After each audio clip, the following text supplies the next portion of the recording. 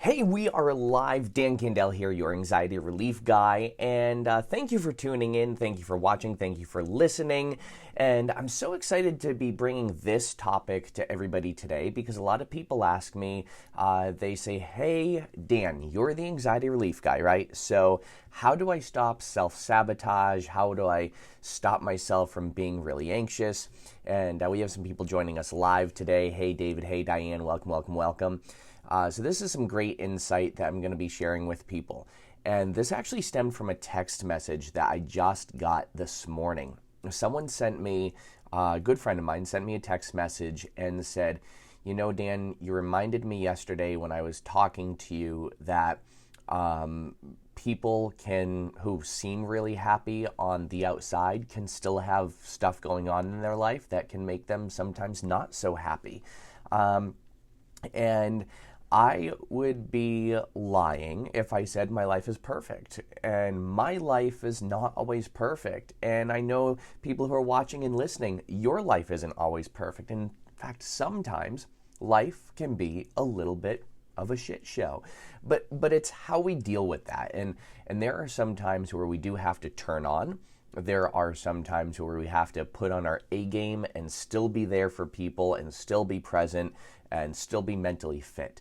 And I love what I do. I love the personal development side and professional development side of working with people.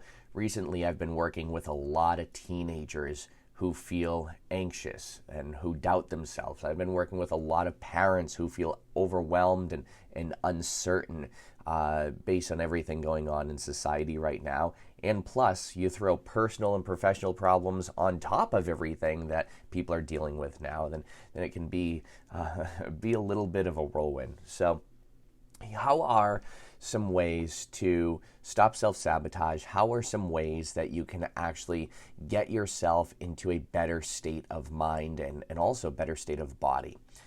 And by the way, if you're watching, if you're listening, make sure you leave a comment. Make sure you leave a heart. Let me know that you're here. Let me know that you're listening or watching and that you're interacting and engaging. I always love it when people join me live, if I'm filming this live, or even catch the replays after on my podcast or on my Facebook page. Thank you so much for dropping the hearts. Really appreciate it.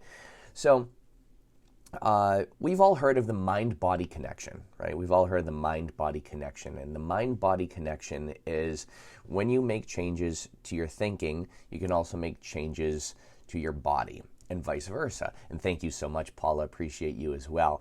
And also when you make changes to your body, you can make changes to your mind and to your thinking. So each one wires the other. It's kind of what came first, the chicken or the egg. However, the one negative thought, one negative nasty thought can pollute every other positive thought. In fact, think of it this way. I have a water bottle here. I have a water bottle that's filled with clear water. Imagine that I took a drop of red food coloring and I put that one drop of food coloring in the clear water. What would happen? It would color the entire bottle of water and it would spread throughout and it would change everything around it red. And negative thoughts are the same exact thing. If you have one negative thought, it can have that spread effect where it can spread and it can interfere with other parts of your life as well. And then it can go off onto other people. That energy can be spread to other people and it can be really crappy sometimes. And for those of you who are joining live, I am in my hypnosis office. This is where the magic happens. Behind me, you see my magic chair of change, my recliner, and that's where the magic happens for a lot of people when they see me live and in person. And I'm sad. I'm sad because I have to retire that chair. And that chair has seen thousands and thousands of clients and sessions. For crying out loud, actually, someone went into labor in that chair one time. I've seen celebrities in that chair, Olympic athletes in that chair, politicians in that chair. I've even seen hardcore criminals in that chair. When I was doing forensic hypnosis, another story for another day. I've had people confess to things in that chair. It's That chair has, if walls could talk, right? If walls could talk. So anyway, that's why it's important to be able to make adjustments to your thinking. And one of the easiest ways to make an adjustment to your thinking is through changing your body. I had a teenager in here yesterday, 16 years old, and when we started talking about like really anxious, stressful, crappy stuff, his entire body just kind of slumped down like that. And I said, tell me about the things that have been bothering you and making you feel anxious. And he just went, and he did this sigh thing, and his whole body just slumped over into the chair, and he's like, and just that one word anxiety triggered him to go into this whole downward spiral of crap. So he totally slumped down. And the more he was talking about the things that made him anxious, the more he was kind of, and he was rolling his eyes, and he was just breathing really shallow. And I said, okay, well, you know what? Why don't you do this? I looked at his intake form, and I saw that one of the things he really enjoyed to do is cook. And he wrote, I love cooking. So he shifted, and I said, because I really wanted to see this shift in him, I said, all right, so, hey, you know what? I said, last night, I was making dinner. I said, when was the last time you cooked something? And he was like, oh, geez. And I do this all the time. I look at people's information that they write down, and I just casually bring it up because I want to see their state shift. And so I said to him, I said, last night I was making dinner, and, actually, when was the last time, like, you cooked something? And all of a sudden, he goes, well, I actually, I just baked something I really like to bake, and we had just a really small family gathering the other day we had a couple of our family members over, and I made this amazing pie. He's like, and I love to bake. I like pie. I like pie too. So what kind of pie? And he was like, it was this amazing blueberry pie. So what do you put in it? He's like, well, I have this secret. I put a little dash of cinnamon in the blueberry pie, and it just makes the blueberries pop. I said, okay. And now as you're thinking about that, notice what just happened to your body. I said, dude, did you just see what happened there? I asked you, so when we were talking about anxiety, you were all slumped over and blah, blah, blah, and your eyes are rolling back of your head. And I said, but then I asked you about something that was interesting, and your body perked up. I said, so do me a favor. Keep your body kind of open and expansive like this. And now try and tell me about the anxiety and the way that you were telling me before, but be expressive about it like you were with the pie.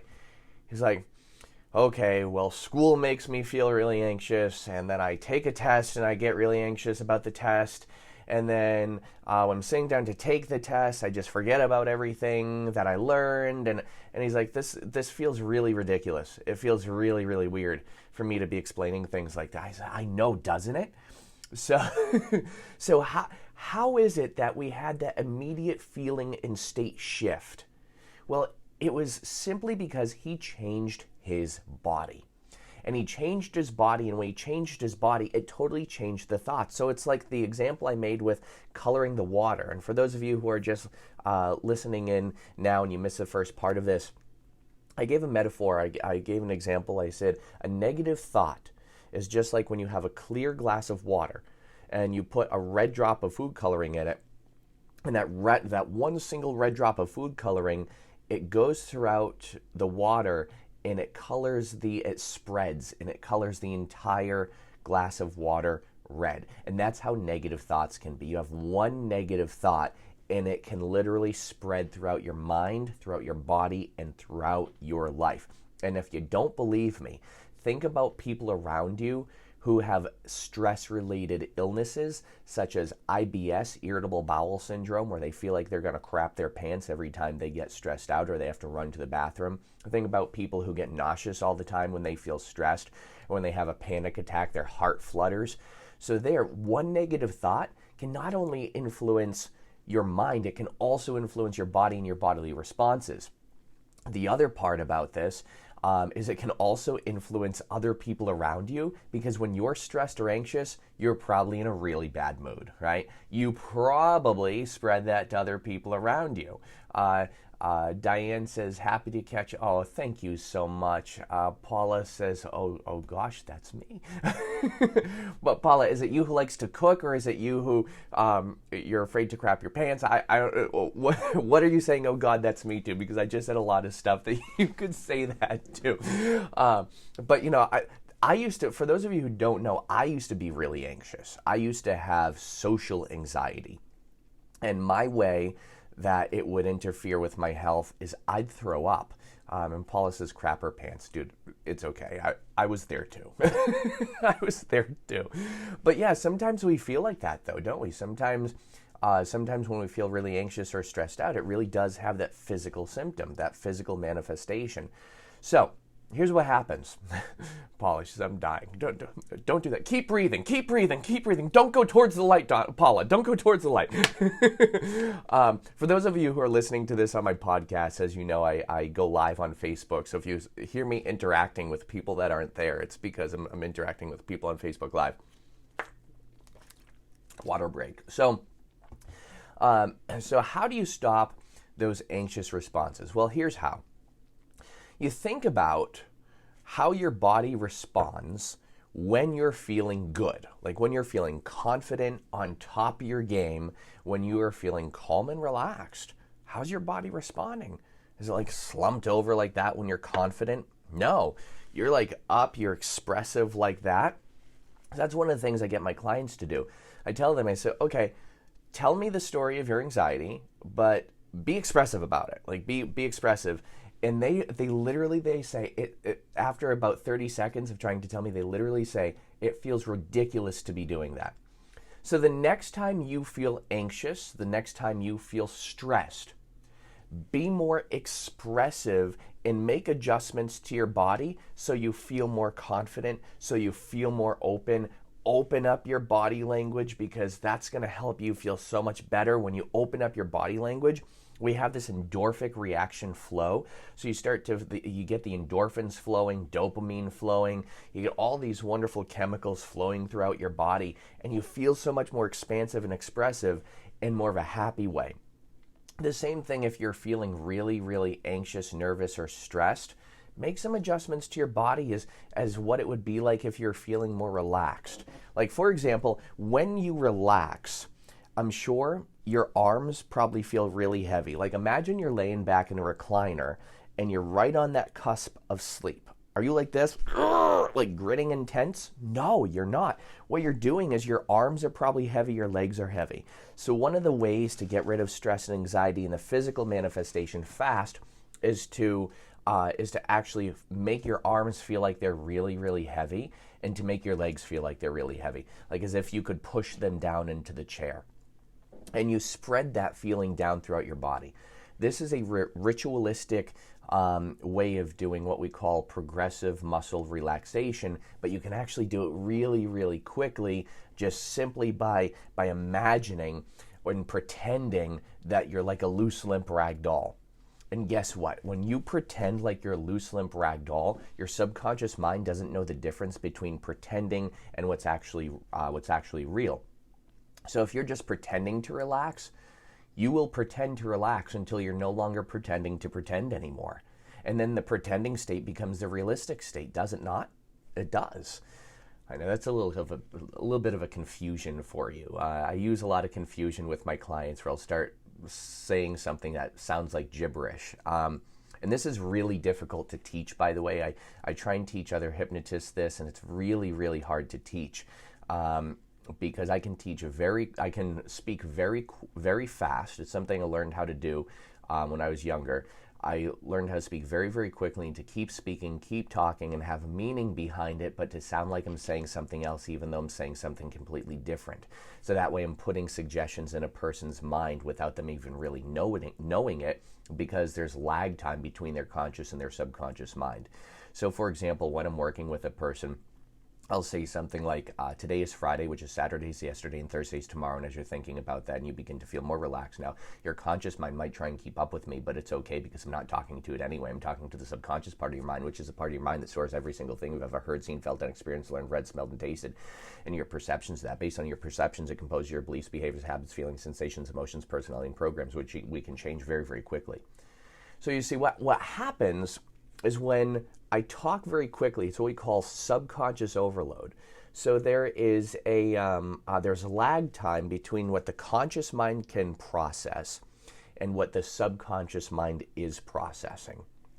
So I'll use a lot of overload techniques with my clients, and they'll literally just sit there, and then you'll just see their jaw drop down like that, like inquisitively, or they'll just burst out into uncomfortable laughter because they don't know what else to do. And that's the state I get them to make a change in. I saw 6 clients yesterday, and I did this with, I think, almost every single client yesterday. And it's like people don't know what to think. So it's interesting. My clients, when I do this with them, they don't know what to think. So the only thing they really can think is what I'm instructing their subconscious mind to think unconsciously. I know it's confusing, but believe me, it works really, really well. In fact, I have someone, Zach, he does my marketing for me when I'm not able to, and Zach and I had a meeting today, a marketing meeting, and he said, Dan, what's something you can do that not many other people can do? And I said, talk fast. And he said, what do you mean? I said, well, I have a way of speaking to people that gets them to make changes that they don't even realize that they're making yet on an unconscious level. And they don't even realize that they are already making the changes. And it sounds like they're just having a conversation with me, or that I'm having a conversation with them. And then just like that, they make an automatic change and a shift. And in 5 minutes after our conversation, like, oh my gosh, I feel so much better. I don't know what you did. I don't even know what you said. And then people often don't even have a memory of anything that I said. They just have a memory of them feeling so good and laughing. They don't even really remember what I said to them in the session. That's a pretty powerful moment. So the point of this video and of this audio is to make a mind-body connection, my friends, to make an adjustment in your body, and that will make an adjustment with your mind. Making the adjustment to your body will also help shift those thoughts away from out of your mind, so that way the negative thoughts no longer sabotage you, so you can be in control of the itty-bitty shitty committee in your head. That's right. It's great sharing this insight with people. Thank you for the people who follow me, for the people who watch me. Sharing this insight with you guys is kind of like my therapy. And as I build my community, I'll share with you in a couple of weeks actually what I'm building and what I'm doing, because I'm really about to explode things on a totally different level, and which is so exciting. And I'm really, really enthusiastic and proud of some of the changes that we're making over here. With my brand, and it's really, really interesting. It's something something I don't really see anybody else doing right now, so it's really fun. Hey, Craig, what's going on? Craig just joined us. So in this, with that said, like I said, you guys are like my therapy, really are. Sometimes I think I should pay you. No, I'm kidding. I don't. I don't really think that. And I have a lot of people, they say, Dan, where do you get your ideas to shoot your videos and your audios from? One of the places I get ideas from are my clients, actually. And I kind of before I shoot videos, I go through what my client's schedule was the day before. And yesterday, like I said, I had like 6, I think I had 6, maybe 7 clients. So I go through what my client docket was the day before, and I see any trends and stuff like that. Craig says I'll send over my PayPal info. Thanks, Craig. And then I look for ways I helped clients the previous day, and I'll talk about that. I also write down, like I have like a book of techniques where like all the techniques I use with my clients and all the advice I give people, I write that down, and that's where I get a lot of those ideas as well. I also do something fun. I have like decks of cards, like mindful cards and everything like that, which is pretty cool. And this one is the anxiety and stress solution deck. So that's pretty cool. And there are different tips. Like for example, this one is tip. Stress is often given a bad rap, but stress can be motivating and very positive. Tool. Use a list of at least 10 examples to fill in the sentence, stress is blank. Most of the answers will be negative since many people think of stress as sometimes being avoided. However, feeling stressed can give spice to your life and make you feel engaged and involved. How about the excitement of getting married, playing in the big game, or watching your child in a school performance? Instead of avoiding stressful feelings, embrace them. Think of stress as a string of an instrument. It will break if tightened too much, but drone if you don't tighten it enough. Just the right amount of tension will help you make beautiful music. That is really pleasant insight. With that said, my friends, feel free to tune in for more videos and also my Anxiety Relief Revolution podcast. If you haven't yet, go over and rate and subscribe to that. You can find it on Libsyn, the Apple Podcast app, Spotify, all those types of apps. And listen, I'd love to work with you privately or have you join one of my programs. So if you do feel stressed or anxious, or even if you have anxious teenagers that are making you anxious, I would love to talk to you. Everybody starts off with a complimentary discovery session so I can gain some more insight in what you're looking to achieve and accomplish and how I can best help you out. So it's a half-hour free session with me where we just kind of bang our heads together, we have a fun conversation, and we get some stuff done in that conversation. My job is to help you find a solution, whether it's with me or whether it's with somebody else. So with that said, everybody, hey, thank you so much. If you're still on, drop me some hearts, drop me some love so I know you're here. As always, my friends, be well, do good, be true to who you are. I guess the new tagline is, stay sexy, cupcakes. Talk to y'all soon in the next video and audio.